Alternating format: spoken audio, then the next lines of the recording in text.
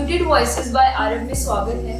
आज हमारे साथ एक स्पेशल गेस्ट डॉक्टर लक्ष्य हैं, जो खुद आरएम एकेडमी के डायरेक्टर हैं। तो डॉक्टर लक्ष्य, हम आपके इंट्रोडक्शन से स्टार्ट करते हैं। ठीक है, सबसे पहले हमारे पास एक क्वेश्चन आपके लिए जो बहुत इंपॉर्टेंट मुझे लगा पर्सनली। मैंने आपके बारे में सुना है और एक चीज एक्सपीरियंस भी करी है कि आप एक काउंसलर भी हैं, आप बहुत अच्छे टीचर भी हैं, आप लिखते भी बहुत अच्छा है और आप बहुत अच्छा एक लक्ष्य भी प्रोवाइड करते हैं एक बच्चे को। जी। तो एक्चुअल में अपने आप को क्या मानते हैं? जी,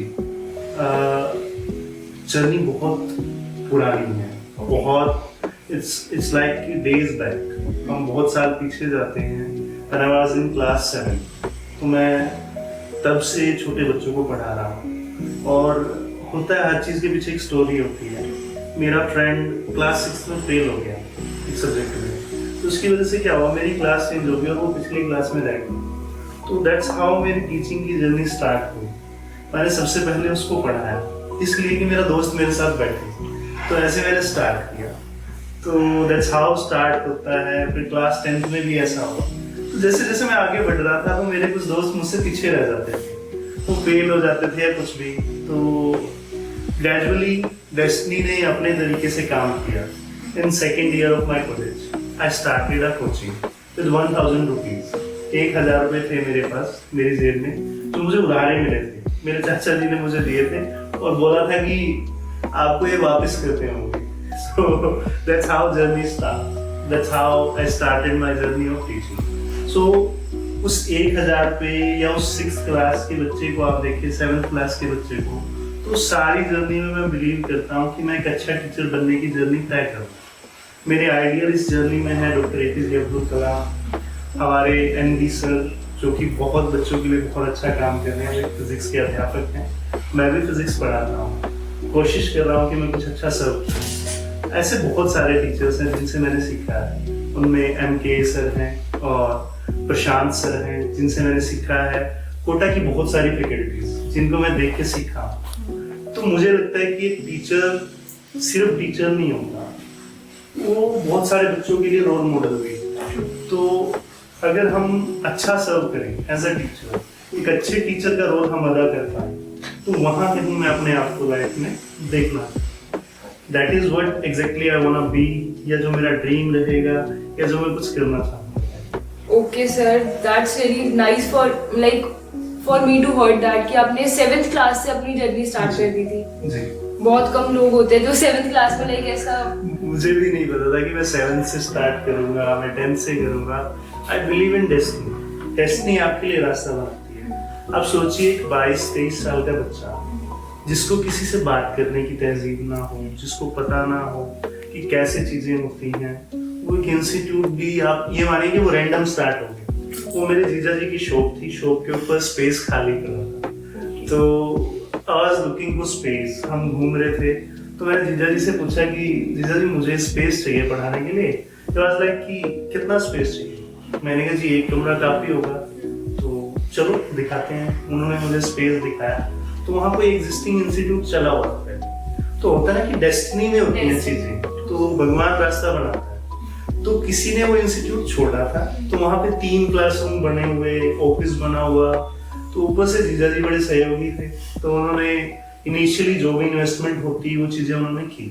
तो ऐसे 1000 रुपये से मेरी टीचिंग की journey start. Okay sir, so like इसके पीछे कुछ बैक स्टोरी जो आप लाइक शेयर करना चाहते हो? देखिए, कोई कितना भी बड़ा बन जाए, देखिए मुझे क्या लगता है कि अगर आप कंपेयर करने जाएंगे, वो इतना बड़ा कर रहे हैं लाइफ में, आप इतना कर रहे हैं, किसी ने हजारों करोड़ कमा लिया, किसी ने कुछ क्या कर लिया, मुझे लगता है कि मैं वो कॉर्पोरेट रेस का हिस्सा हूँ। मतलब मनी वाज नॉट माइंड, मतलब मेरा वो कभी था ही नहीं कि मैं पैसे के लिए पढ़ाऊँ या ऐसे। ये सब एक्सीडेंटल टीचर मानो आप मुझे। तो उसमें 1000 रुपये से वो शुरू हुआ। इनिशियल बच्चों के लिए मैं क्या करता था, इनिशियल बच्चे भी एक्सीडेंटली आए। कैसे? जब हम कुछ सेटलमेंट कर रहे थे इंस्टीट्यूट में, लाइक चेयर, कुर्सी, वायर लगाना, तो शॉप्स पे जाना पड़ता था। उन शॉप्स में मैं जाता था, मुझे नहीं पता मैं वो क्यों कर रहा था, कैसे कर रहा था, तो मैं बता देता था वहाँ पे कि ऐसे ऐसे मैंने एक इंस्टीट्यूट शुरू किया है और मैं यहाँ मेडिकल कॉलेज का स्टूडेंट हूँ, तो देखना सब कोशिश करना आप आना। तो लिटरली वो मेरे भाव थे या भावना थी जिस भी एस्पेक्ट से मैं बात कर रहा था, लोगों ने बहुत बिलीव किया कि छोटा बच्चा है, मेहनती है और सहज है, हम इसको एक मौका देते हैं। तो ग्रेजुअली इस तरह मेरे पास पहले इनिशियली एक बच्चा आया।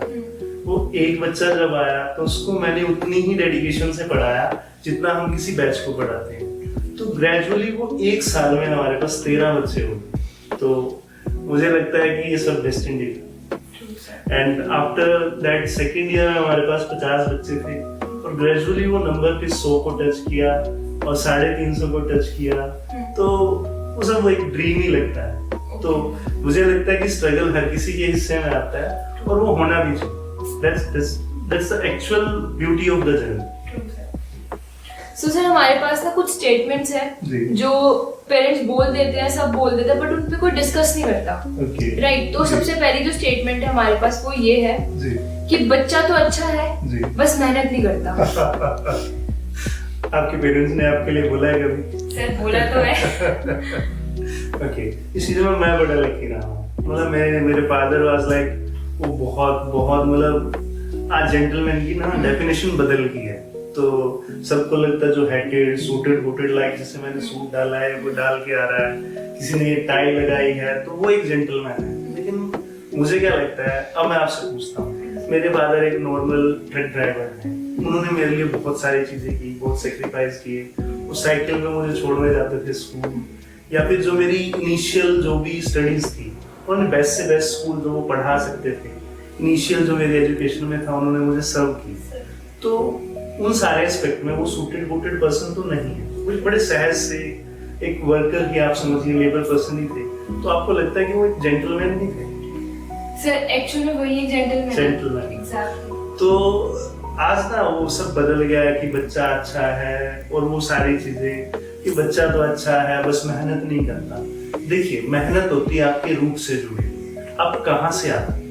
आज बच्चों को ना पैम्पर बहुत किया जा रहा है, स्पून फीडिंग हो रही है।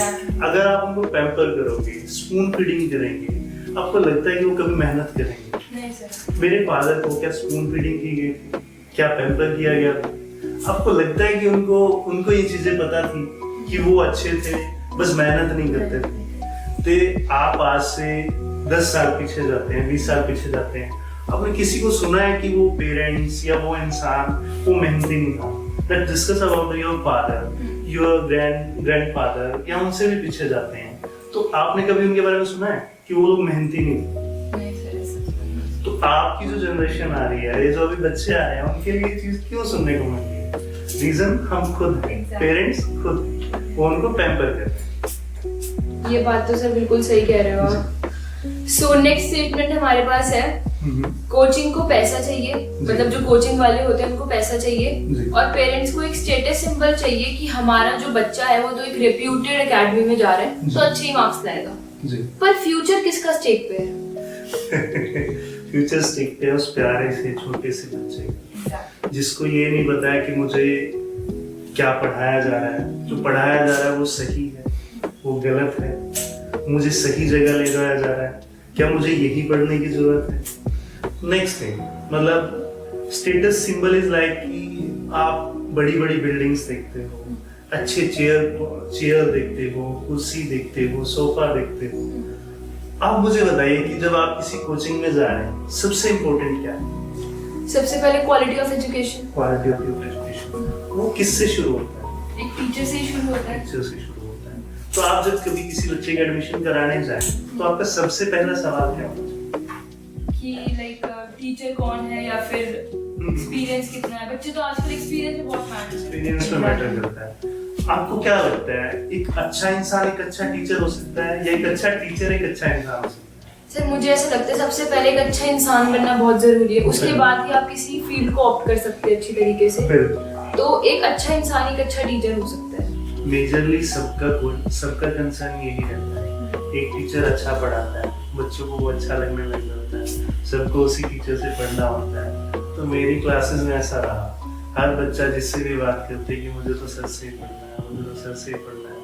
खैर हम अच्छे टीचर्स भी लेके आए, वो लोग जुड़े हमसे, उन्होंने पढ़ाया, हमने उनको पढ़ाया। तो खैर, लेकिन मुझे लगता है कि जिस लेवल पे हम खुद सर्व कर सकते हैं अपनी कंपनी के लिए, या जो भावना हमारी होती है बच्चे को लेके, हमारा मोटिव वो पैसा और वो चीज़ें ना रह के हमारा मोटिव रहता है कि हम बच्चे को अच्छा सर्व करें।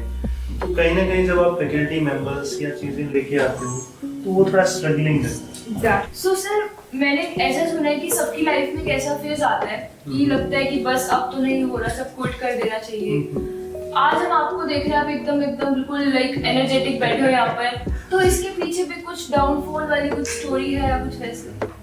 हाँ, देखिए, अपने रामधारी जी दिनकर को पढ़ा है, या ऐसे मेरे कवि हैं जो मेरे आदर्श रहे हैं जिनको मैंने पढ़ा है। आप सबकी लाइफ में, हम सबकी लाइफ में एक डाउनफॉल आता है, एक खराब फेज आता है। तो मुझे लगता है ये जो भक्ति मोमेंट्स हैं, जो भगवान की आराधना है, ये सब इसलिए जोड़े गए ताकि हम इनसे सीख सकें। ये हमें उस मोमेंट के लिए प्रिपेयर करते हैं। लाइक अगर हम बात करें भगवत गीता से बड़ा मोटिवेशन मुझे नहीं लगता कुछ लाइफ में हो सकता। तो मेरी लाइफ में जब भी ऐसे फेजेस रहे तो मैं उनको बोलता हूँ कि वो फेजेस नहीं थे, दोज आर माई लर्निंग्स, जिनसे मैंने सीखा और भगवान ने मेरे लिए रास्ते बनाए। तो जब कभी भी ऐसा फेज आया, ये किसी की भी लाइफ में आज हो सकता है हो, तो मैं सजेस्ट करूंगा they should go through Shrimad Bhagavad Gita. So ये आपको कहीं ना कहीं आपकी लाइफ के वो एस्पेक्ट्स रियलाइज कराएगा जो आपने। सो सर, आपने इतनी सारी बातें हमें भी बताई, सब चीजें, सब जो भी आपने शेयर करा अभी, तो मैं चाहती हूँ कि मैं रिक्वेस्ट करती हूँ आपसे कि आप अपना इम्पोर्टेंट टाइम दोबारा निकाल के आए, क्योंकि कुछ सवाल है जो मेरे मन में भी है और व्यूअर्स के मन में भी है, वो भी अपने सवाल कमेंट सेक्शन में लिखें। तो सर, आप हम ये जो शो है, मैं चाहती हूँ सीरीज वाइज निकले, ताकि हम एक एक सवाल के ऊपर एक चर्चा करते रहे, ताकि वो कभी खत्म ही ना हो। That might be not possible. वो थोड़ा मुश्किल होता है आपके लिए भी, मेरे लिए भी, बट मैं जरूर चाहूँगा जितना भी समय मैं कंट्रीब्यूट कर सकूँ आपके लिए, अपने व्यूअर्स के लिए मैं कंट्रीब्यूट करूँ, और जो भी अच्छा से अच्छा मैं अपना कंट्रीब्यूशन दे सकता हूँ, जो एक पेरेंट्स मुझसे चाहता है, एक बच्चा मुझसे सीखना चाहता है, तो वो मैं अपने शब्दों के थ्रू, अपनी गाइडेंस के थ्रू तक पहुँचाऊँ। So that's how it was great meeting you. आपने बड़ा अच्छा मुझे, you have a very welcoming face, और काफ़ी अच्छा आपकी तरफ से रहा। So thanks for being my host. Thank you so much sir.